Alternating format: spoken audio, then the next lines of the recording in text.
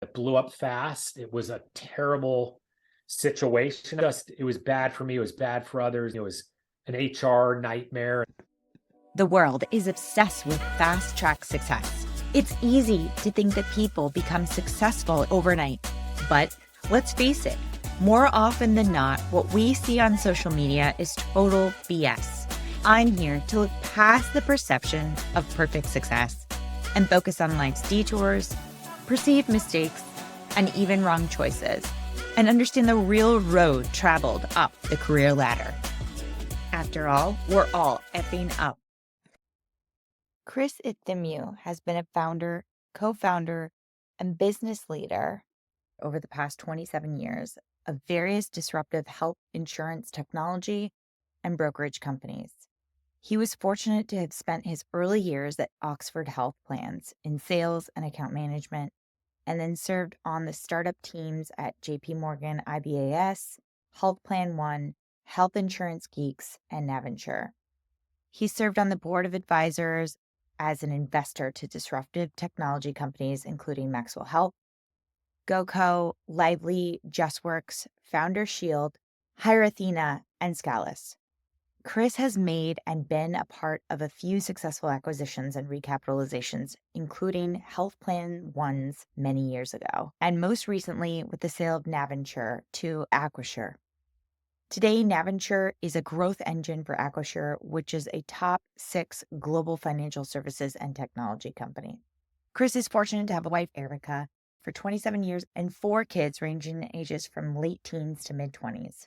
When he has spare time, he spends it doing activities with his close-knit family, including snowboarding, playing golf and tennis, and running around the beach.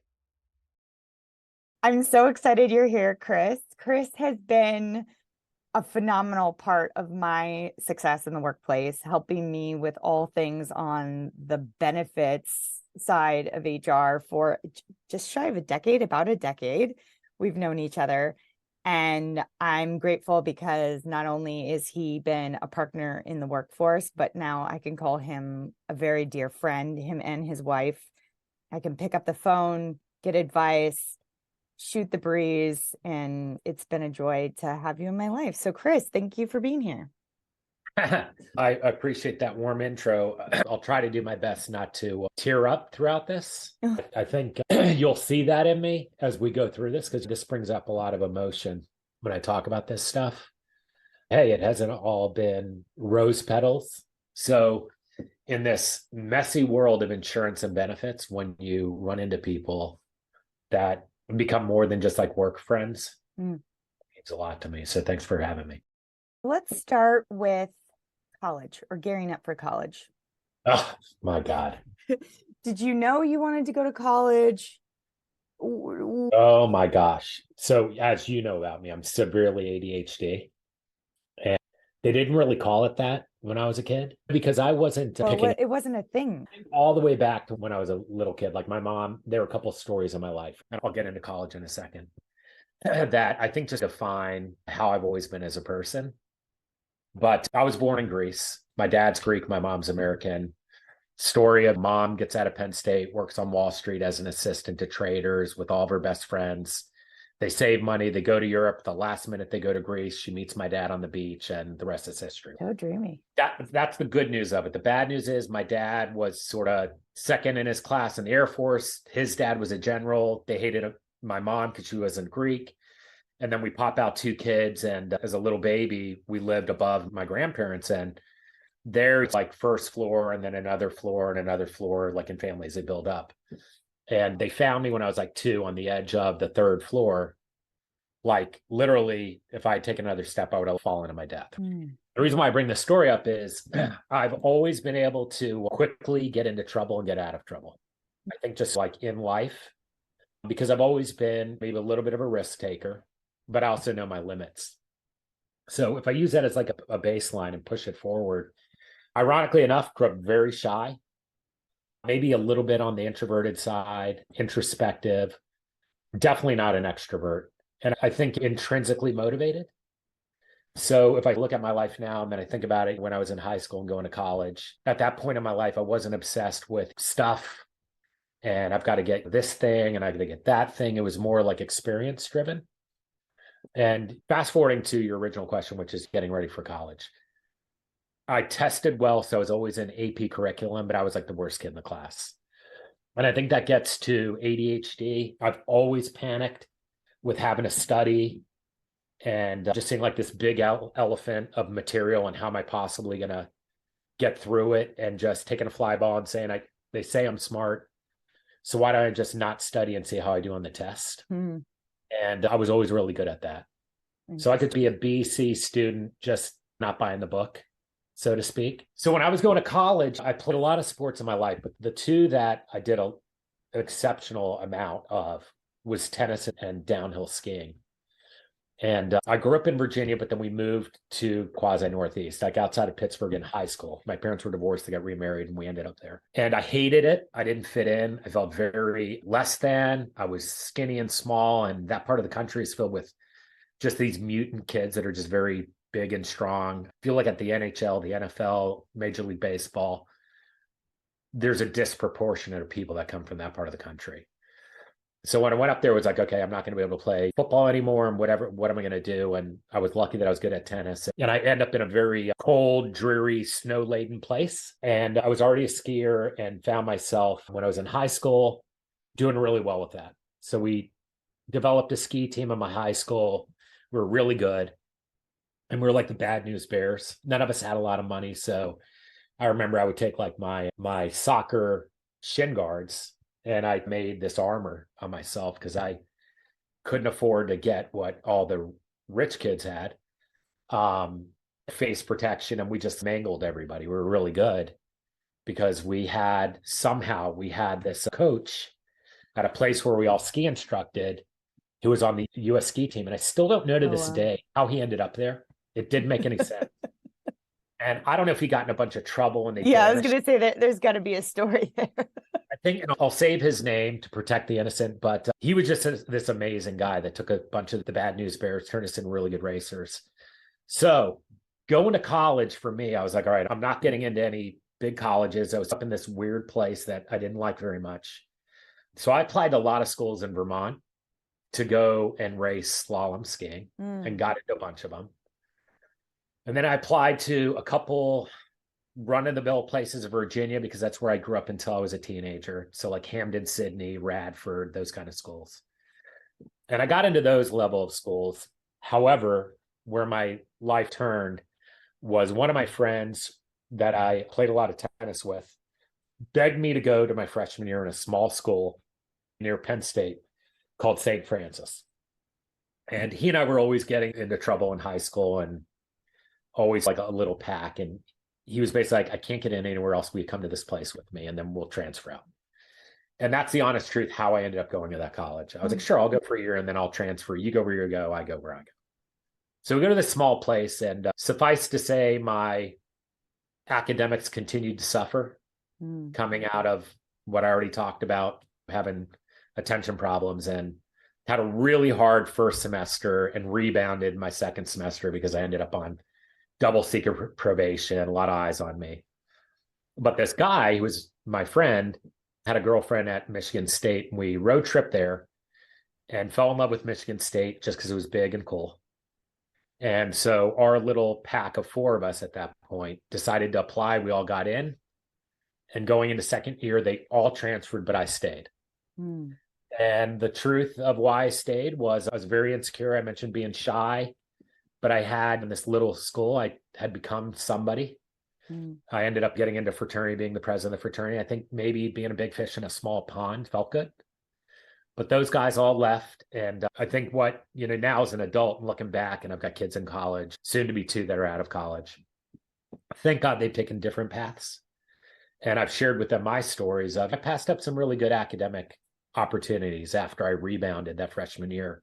Penn State, Michigan State, Tennessee, I got into all of them, and I just panicked and didn't want to do that and stayed in this little world. And the rest of college was underachieving. And my parents were far away. They were back in Greece. My parents were in Greece a lot of my college. So sort of being a nomad, but having friends in college that were from big cities. So I started going down to DC a lot, going to New York a lot. And I knew when I got out of college, I want to make something of myself. And as scary as it is, I've got to go to one of those two places. So tell me, as you were nearing the end of schooling, So, what was the plan and what ended up happening? so a lot of people around me were like, you need to be in sales of some way, shape, or form. And to me, I was like, I'm mortified of the phone. I don't want to pick up the phone and call people I don't know. And back in those days, that's what you had to do. But a lot of people around me were like, you have some kind of endearing quality. People like you. I think you'll do well with it.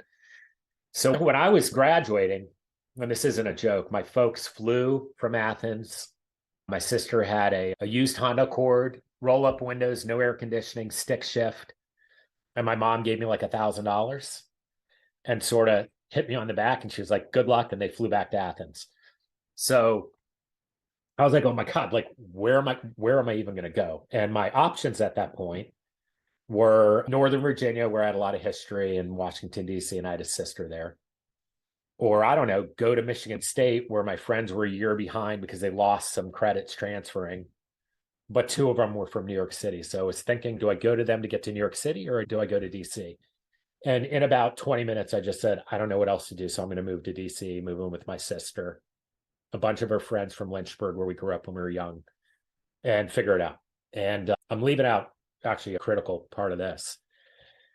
So my girlfriend in college was from that area.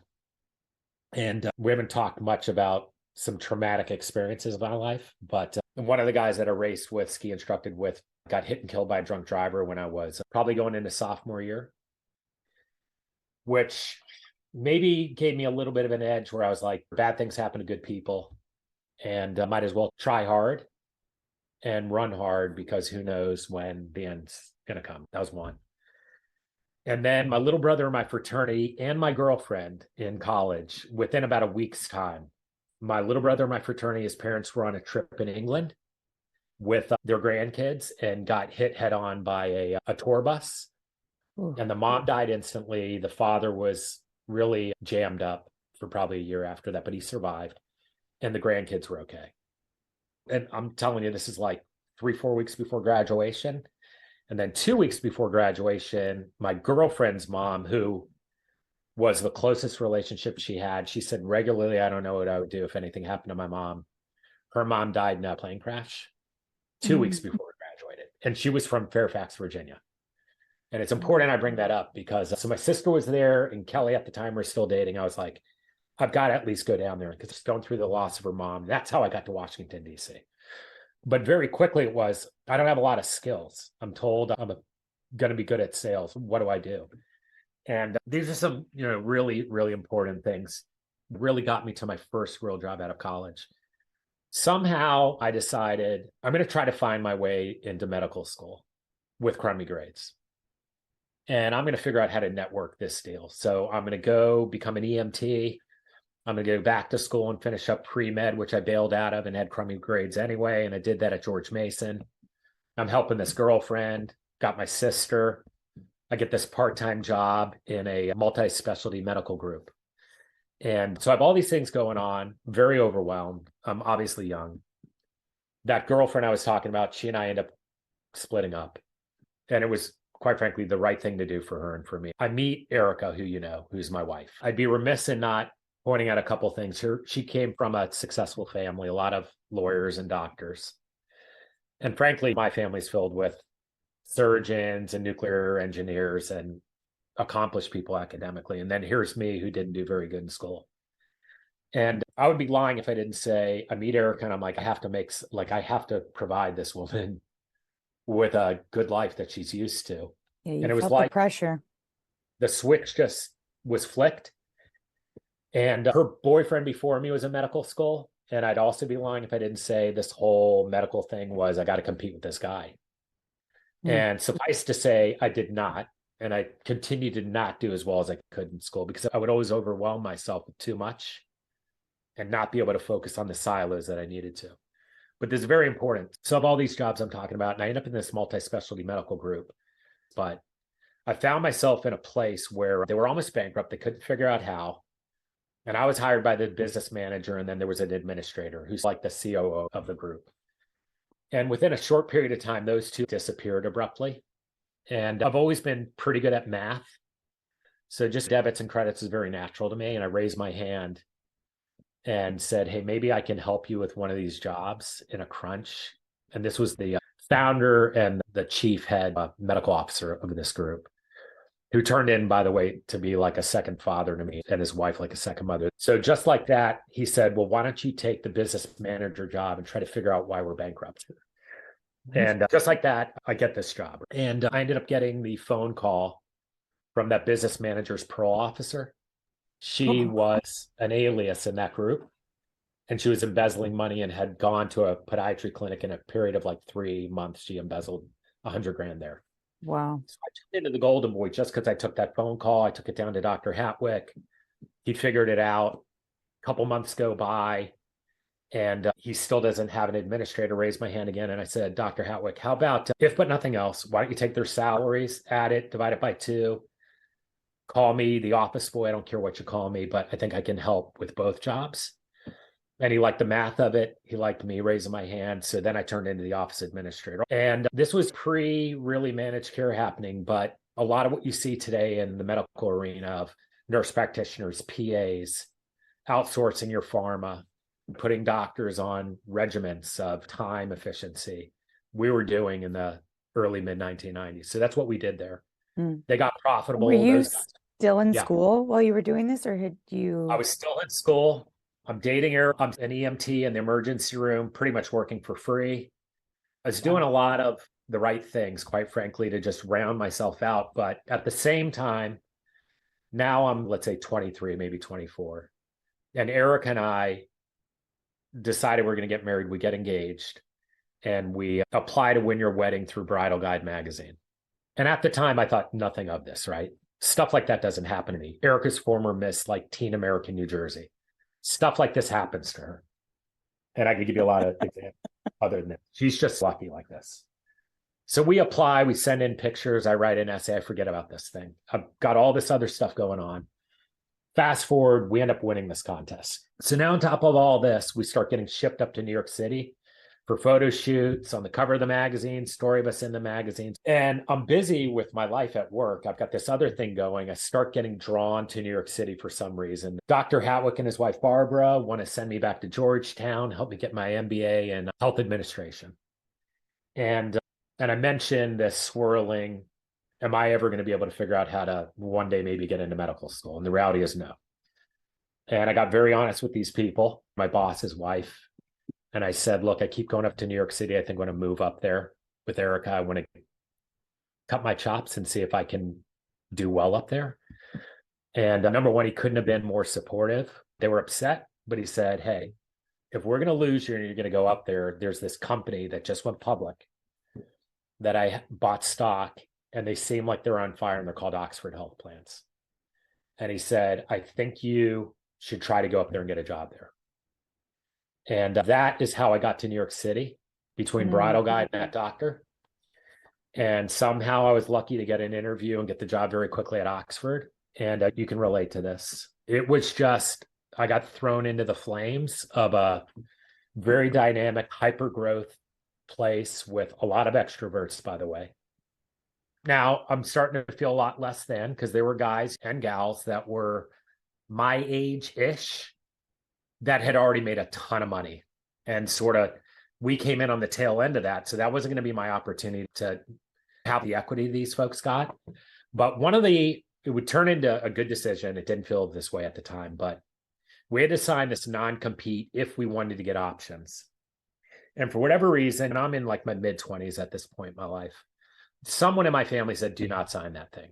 No matter what, just don't do it. You're too young, blah, blah, blah. So I didn't. And the only way I could get stock was deferring it from my paycheck and buying it like anybody else at a discount, which was still good. But I ended up not doing that. And when I went into Oxford, where I got situated in the beginning was in executive accounts. And the salesperson I was aligned with, because I was an account manager, was the founder and CEO's brother-in-law. So somehow, I think just because of that experience I had that I talked about with Dr. Hatwick and his wife, I mean, I did everything in that place. Dictation. I ended up with a really good acumen for coding. CPT codes, ICD-9 at the time, now it's 10, coding of medical diagnoses, terminology. So I come into Oxford and they thought I was like some genius just because I had this really good rap from that. So somehow I get plugged in with John Maxwell was his name. And I didn't realize at the time how lucky I was because I was just young and thrown in. But he had Solomon Brothers, Smith Barney, Cravath, Swaine and Moore, Simpson Thacher, you name the investment bank, the law firm, he was the salesperson on them. So I just get thrown into the golden era there with the right guy and all these big opportunities. And back to what I mentioned about going into Oxford, you're either going to rise fast, jump out with your head on fire, get thrown out with your head on fire. It was the opportunity for me to thrive. Somehow I learned we had to do a 17-page memorized script when we did presentations. Every comma, every breath was measured. Everybody had to do it identically. You had to present to the C-suite before they'd let you go out at it. Sounds like Glengarry Ross for insurance. It was unbelievable. It was super pressure. I think I memorized that thing either in 1 or 2 nights. I just stayed up all night for 2 days. Oh my gosh. And Eric was quizzing me and I'd have people cut me off and I get through. And then because of having all these big groups, I got good at talking about something complicated and contentious. HMOs is what we were defined as an HMO. This was in New York City. They hated HMOs. They hated us, even though we were the golden children of New York City insurance at the time. I have all these very much older than me, successful people I'm presenting to, always trying to jam up my presentations. And I got good at controlling the room and getting through my stuff and being good at those. So people would bring me along to their clients because I was good at that thing. But that's where my acronym RAPS came into my life at that age, which was right armpit perspiration syndrome, because I would have such horrific anxiety doing these things. And back in those days, we were in suits and body mics, and I would come off stage, and for whatever reason, where my anxiety came out was out of my right armpit. I would just be drenched. And just on the right side. Just on the right side. So everybody started giggling and making fun of me and my raps. And that would stay for many years thereafter and eventually went away once I became comfortable with myself. So Oxford was still to this day, a lot of my success has Oxford blood all over it and the Oxford network all attached to it. It sounds like you overcame a lot. Or was it just a Band-Aid fix? You've talked a lot about how introverted you were, but you applied yourself. You memorized the script. You worked the room. You were able to talk to C-suite. What was the fix there? Why did it become easy? I have to imagine it wasn't easy. It was really hard. And I think it was, I would almost use the word terror. Like for a guy like me at that point in my life, that was terrorizing. So I think I found that without being in a position of real danger or terror, you don't get the best Chris. I think somehow that's when I thrive, is when the cards are really against me. That's when I dig deep and I get it done. I think when I'll use example, I like golf. And if I have a big wide open hole on a tee box with nothing to aim at, I'll miss the fairway every time. It almost looks too easy. There's nothing to focus on. I can't execute there.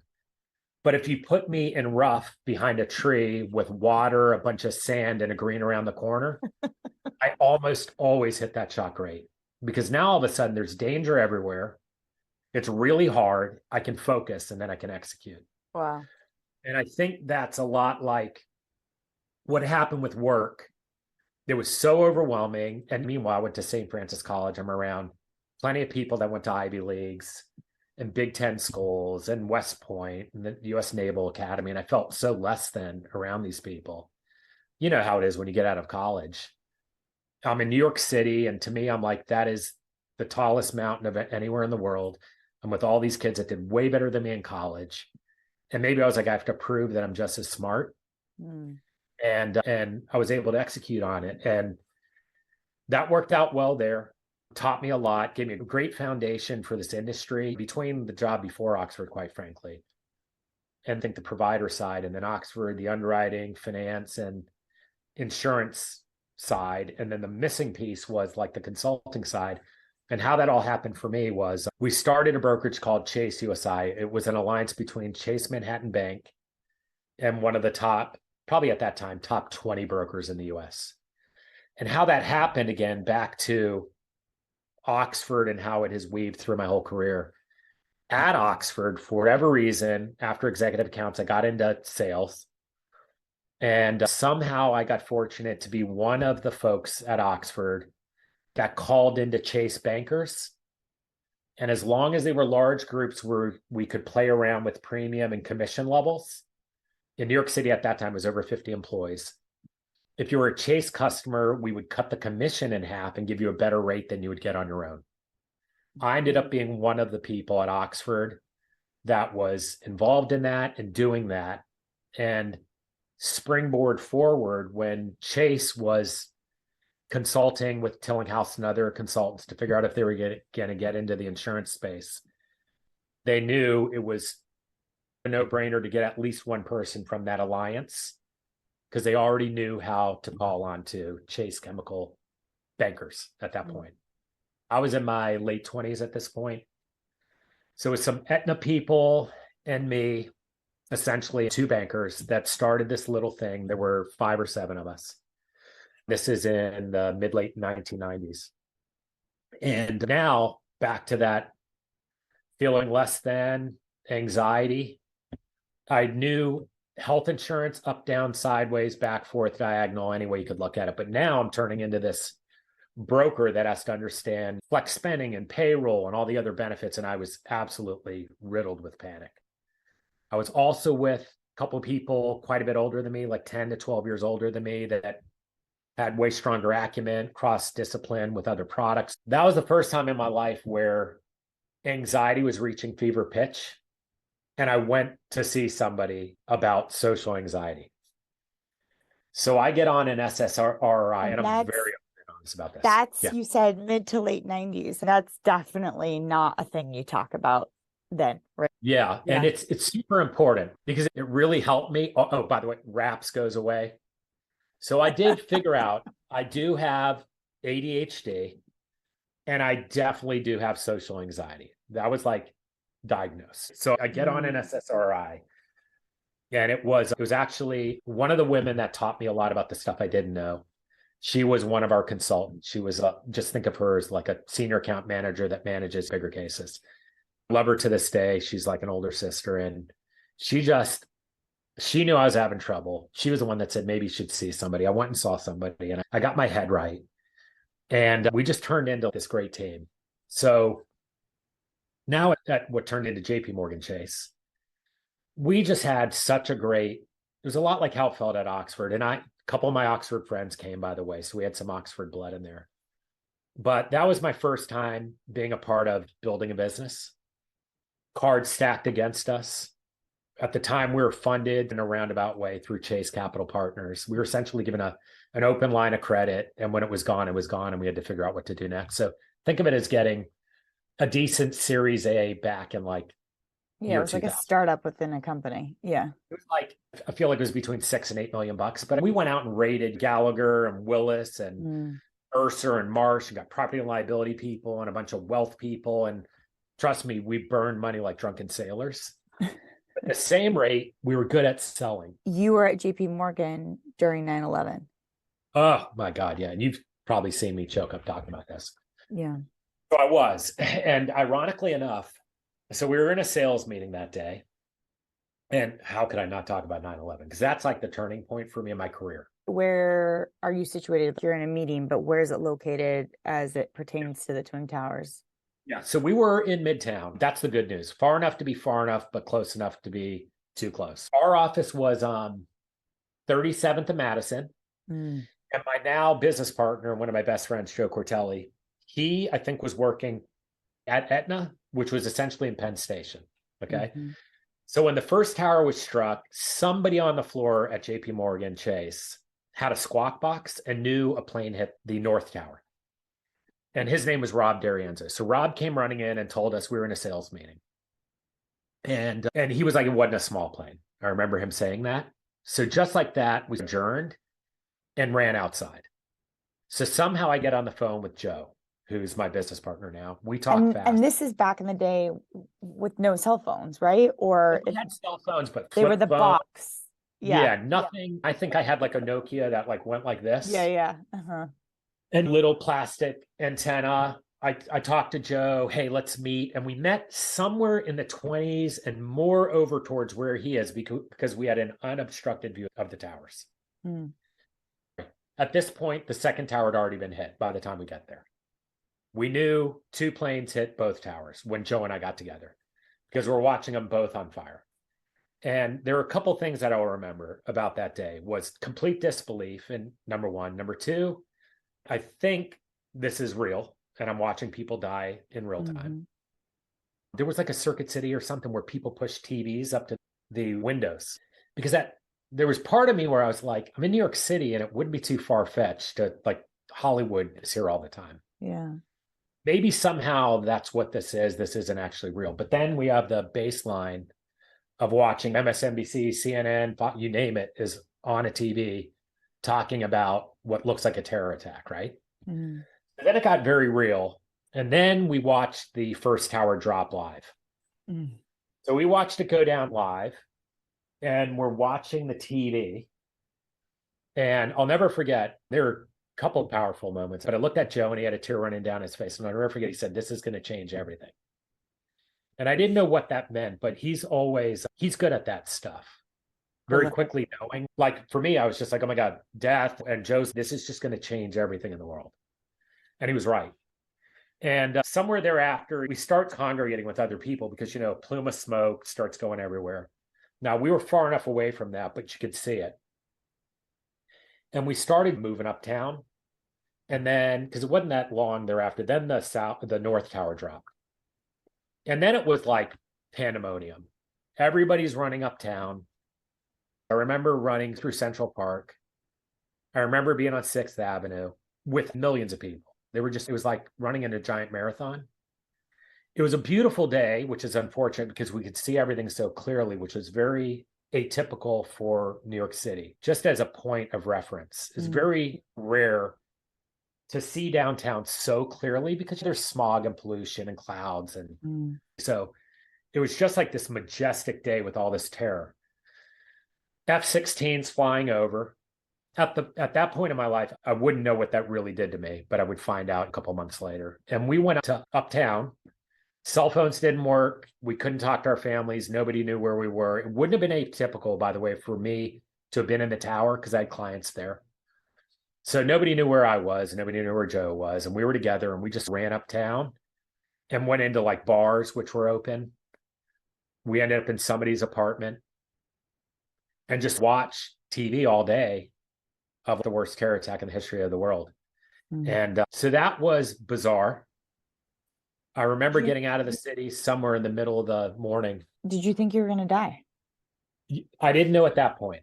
So the months passed in it, tremendous panic attacks. So I lived on the New Jersey side and we lived in Summit, New Jersey. So I'm going home to Summit, New Jersey. And the months following that, I just started having debilitating panic attacks pretty much only when I was going into the city. Because I would have to train underground, or I would have to tunnel underground, or go all the way up to the GWB and go over a bridge.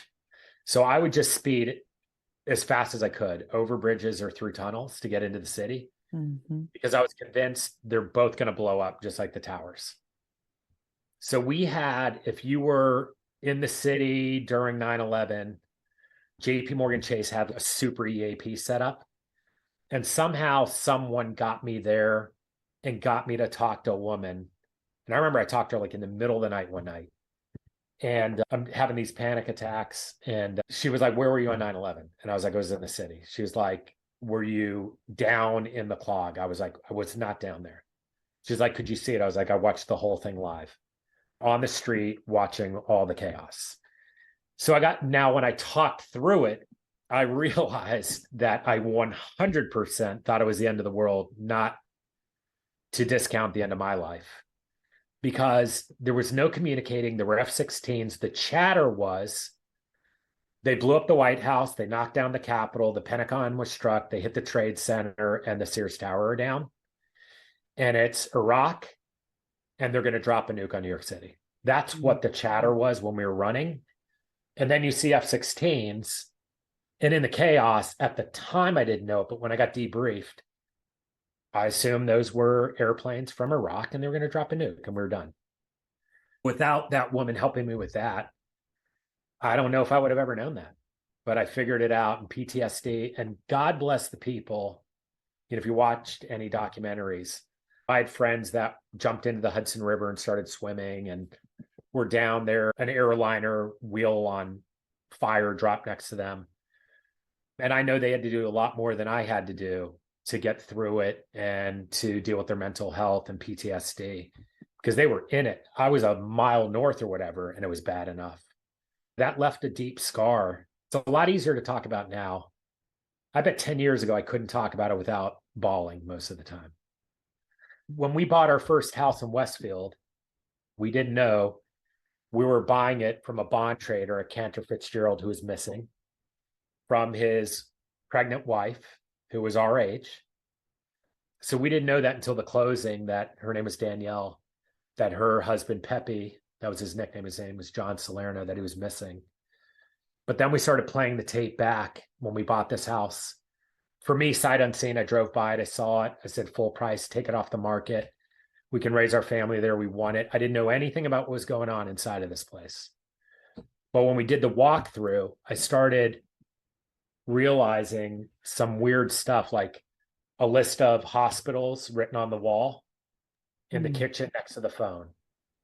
Pepe was one of 9 guys that all died at Cantor, who all knew each other through childhood, 9 widows like that. So when that sort of overlays with talking about those panic attacks, I felt very guilty being in that house. This guy just went to work and never came home. His age, we even looked a little bit alike. Like, I just stepped into this guy's life and threw his wife out. So I felt awful in that house for the first year. We had 2 little babies at this point in my life. My oldest son was probably 2 or 3, something like that. My youngest son was probably in the months of age. That was like a dark, dark time in my life. Meanwhile, we have like good work stuff going on, but we're having babies, and I've got this 9/11 thing going, and this house. That sort of 2001 to 2002 was a tough year. Yeah, I can't imagine returning to the office and trying to get back to normal, and it feels like normal doesn't exist from there. Yeah, I think and it's not a good trait, I know how to really stuff down emotions. And then when they come up, which is rare, but when they do, like you saw when we were opening with this, when they start coming, sometimes I can't control it. And I don't know whether to throw a cinder block through a window or just bawl. There's like the only 2 way to get them out. Do you keep cinder blocks at the ready? No, I'm not allowed near them. You know, it's it's just, I don't know where this energy has to go. It's got to go somewhere. Yeah, So of course, it makes sense. I've learned how to deal with that over a couple decades now, but those were some weird days. And I knew, by the way, when that happened, I've got to get out of New York City. This is on like the target list. You didn't actually end up leaving for several years. Yeah, it took me, buying that house was 2001. We were in the house for 8 years. It was 2009 when we finally left New York City and we moved to Charlotte, North Carolina. But a bunch of important things happened there in that time frame. I got the opportunity to get that job at a bank. I will not name the bank to protect anything I've signed or they signed. But I get this big job to go on and run the commercial insurance division in a big global bank. And I'm almost like salivating. I'm ready to giggle so hard because I thought this was going to be the greatest ever. And I ended up finding out I was like the 7th change agent in 6 years to try to come in and right the ship of a couple of staff that how they were reporting income and new business versus renewal business, knew how to put stuff in a computer to get paid a lot more than they should have on the same business every year. And it took me about 20 minutes to figure it out there and say, I know how to make this profitable. We have to fix that. When I did that, there was like a revolt. And I'm speaking through clear lens, looking back. This guy's got to go because he's going to cost us a bunch of money. I'm talking about like the salespeople I manage. That job lasted a little under 2 years.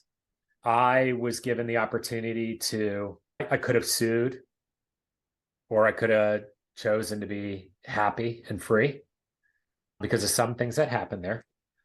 And after doing a lot of soul searching, I decided to sign the document that rewarded me with some money in exchange for not doing that, and going on and doing what I always wanted to do, which was start a business, which is what happened. But the good news of that was it was the first time in my life with I don't know how many kids I had at this point. I probably had 3 or 4 already at this point. We have 4 now, but they were all little babies. And we started with some other Oxford alum. I was able to be the 3rd junior principal co-founder of the first health tech company that I touched.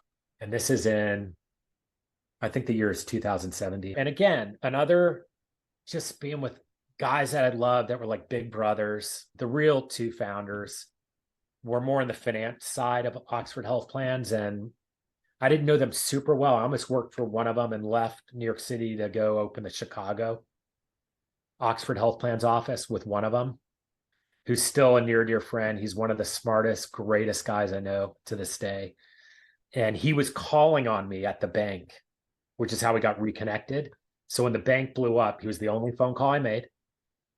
And I was like, Bill, either I'm going to come and work for you and you don't have to pay me anything, just let me be a part of it, or I'm going to do something totally different. And he's in a Harvard MBA, CPA, really smart guy. And literally he was like, dude, why don't you just show up on Monday? Come on up. We'll have a blast. And I was like, I'll be there on Monday. This is like a Friday. He was up in Connecticut. So we were in this old, dingy internal medicine doctor's office that was a friend of a friend's dad who gave us a lease for $1 a month for 2 years.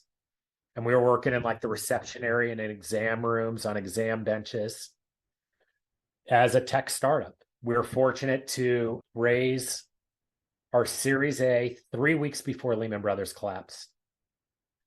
If we had not gotten that done, was lucky. There is no HealthPlanOne story. Yeah. We're done. The day we had our final pitch with, at the time, was Pequot Ventures. That team has many different names, but Pequot was blowing up after our deal. Pequot Capital. So they redefined and switched. On our final pitch day, I got an email. In the subject, it said Rip Davey. I knew it could not be good news. I get the news that one of my heroes is found dead. He was found dead in a chair on a real estate development site in Wilmington, North Carolina, which is where he went after the bank. And then as coming from the VC world, we had to go sit in a room for a financial colonoscopy effectively for 6 hours. God. And we got through that and we got funded. And some of the things I remember about that, I'd never seen that much money myself. I remember with our CFO, co-founder, hitting refresh and just watching our Wells bank account growing by the millions. And I still have a picture of that, of a screenshot of it. And meanwhile, it was probably a week later, the world started blowing up because us getting funded and closed, and it was done and no turning back. And then stuff started happening. So we were just in the right place at the right time. And that's how my first company, HealthInsuanceGeeks, was born there at HealthPlanOne. I started buying the URLs. I knew what I wanted to do with it. And inside of HealthPlanOne, so we were a click, quote, buy health insurance engine. At this time, Obamacare is not even a law yet. So PPACA, that hadn't happened yet, but we knew it was probably happening.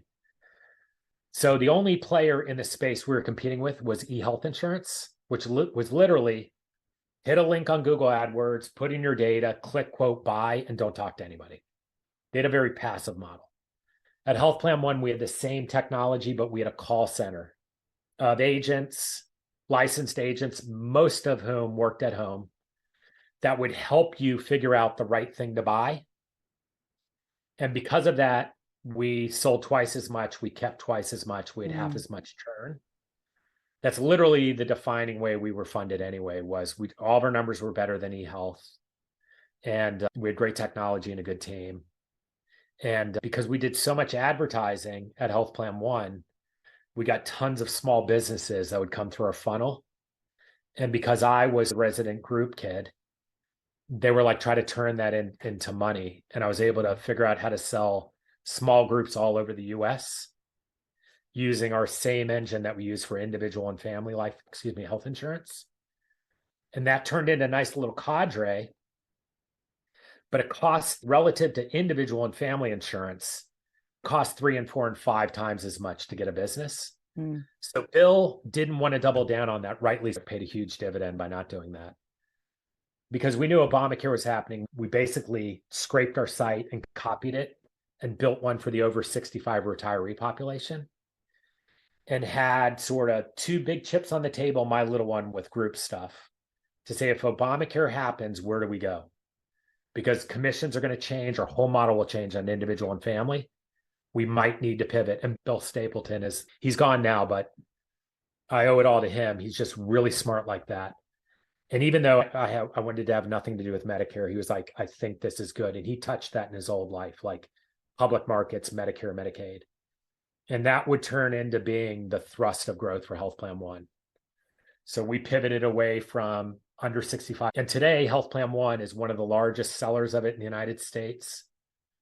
A lot of Blues plans, United Healthcare plans, Aetna plans use HealthPlanOne's call centers to manage all of their over 65. So they found their groove. Took them many years to do it. I knew I didn't want to be a part of that. So Bill helped me launch HealthInsuanceGeeks. A little bit of money, leads, and just let me go get it done with HealthInsuanceGeeks. He helped me, and I love that guy. And that's how we moved to Charlotte, North Carolina. It was a tech model anyway, so it didn't matter where we went. And I'd grown up a little bit closer to these parts of the Eastern United States. I had some family and friends here. So we decided, let's go to Charlotte and let's sell everything. Whatever we have from house money that goes in the coffers to scale this. We had 4 kids under the age of 9 or 10. We moved, and I had a budget where I had a pile of money that we could afford everything for 2 years. And I told Erica, it's going to work out, I think.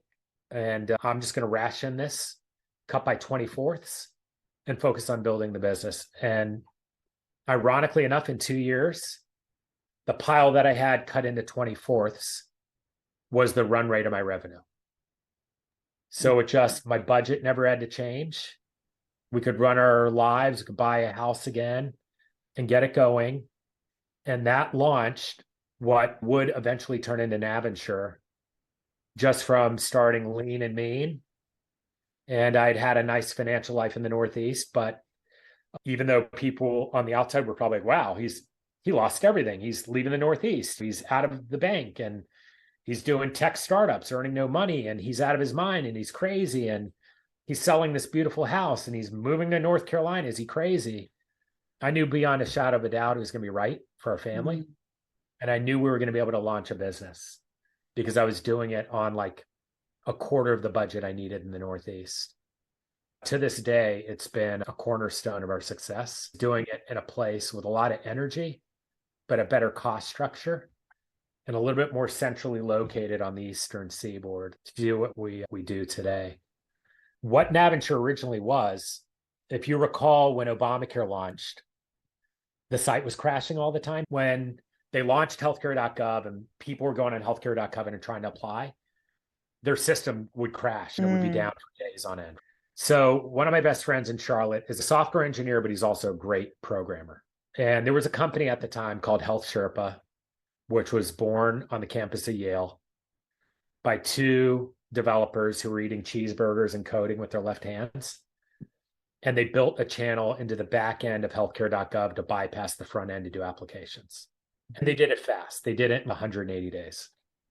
So I went to my buddy Chuck. This is still when HealthInsuanceGeeks is growing. I say, hey, Chuck, I just heard this story. It's disappointing to me that I've never done anything like this.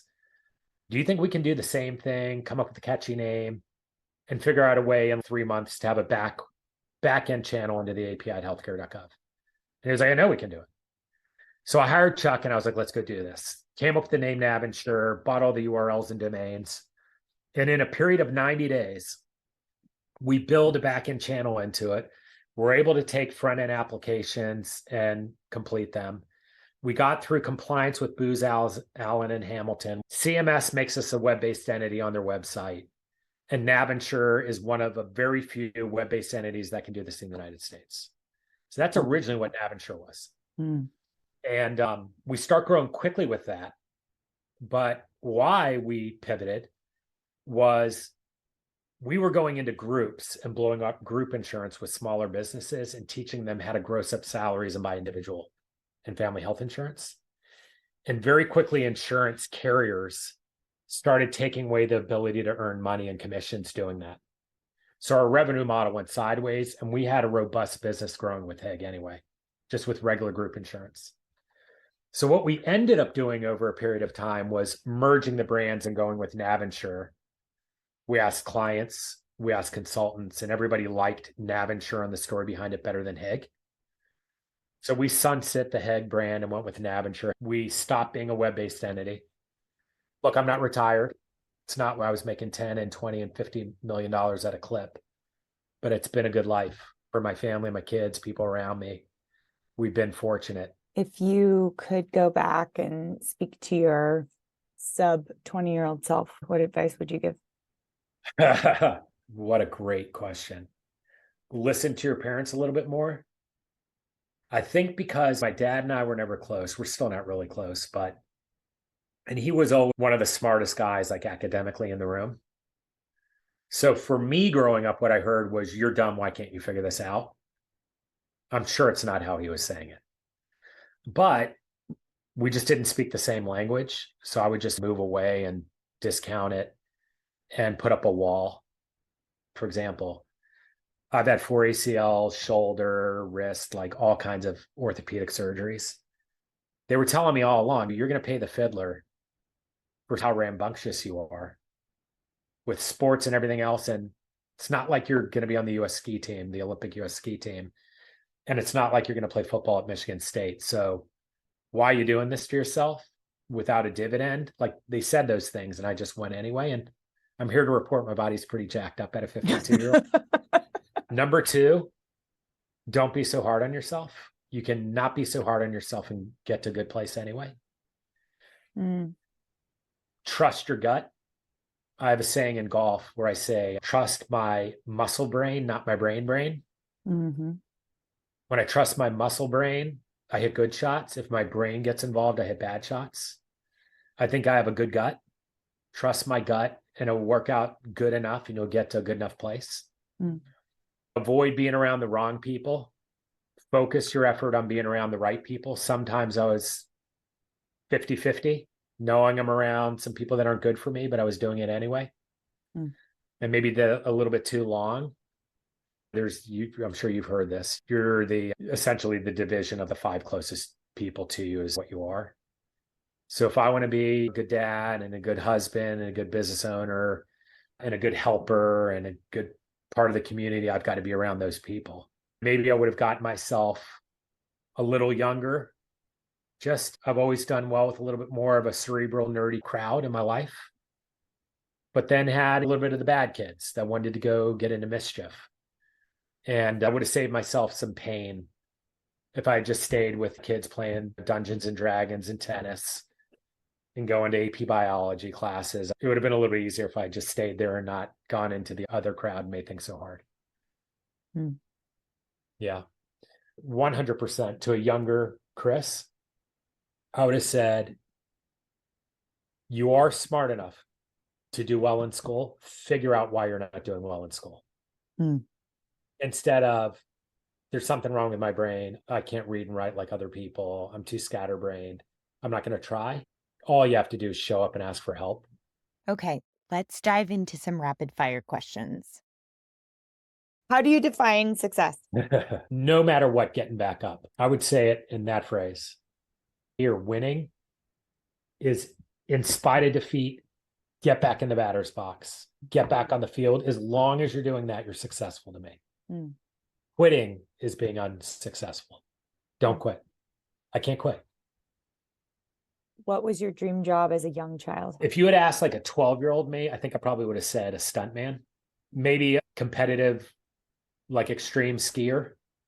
If you had asked the same question to my mom, she would have said, like his uncle, he's going to be a maxillofacial surgeon or he's going to be a famous actor.